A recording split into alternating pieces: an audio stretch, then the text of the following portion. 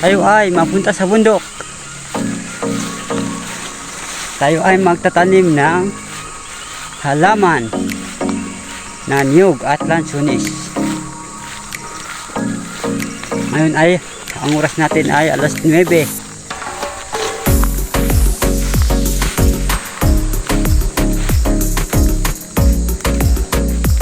Ang lakad natin ay 8 oras mula dito sa kalsada. Ang ating motor ay iniwan na natin dyan sa gilid ng highway.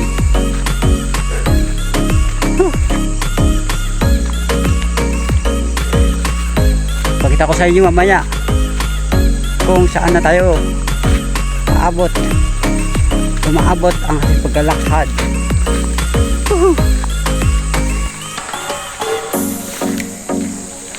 Ngayon, 2 buwan na. Ngayon lang tayo nakapunta sa ating maliit na lupain. Tayo ay magtatanim muna. Ganito kadamo ang aming bukid sa ngayon. Ito ay kinakailangan pa namin ng matinding trabaho. Sobrang kapal talaga ang ating sakahan. Puro damo ang nakatanim sa loob ng sakahan natin. Ito ay 1 hektarya sana ito kapag na isaayos talaga, pumantay ang aming sakahan. Dahil ang problema po namin dito ay wala kaming kalabaw na sarili, wala kaming magandang patubig. Yun ang aming problema ngayon, ang mahirap sa amin pagbubungkal ng lupa. Naisipan namin sana ito ay magkaroon kami ng magandang patubig upang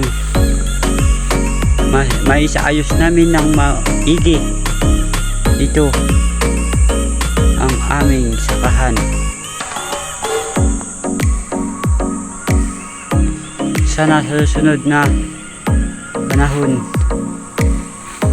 ay magkaroon tayo ng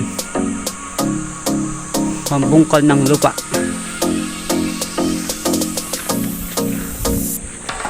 Ito ay baka hindi lang 10 taon ng ating trabaho dito. Tagal pa.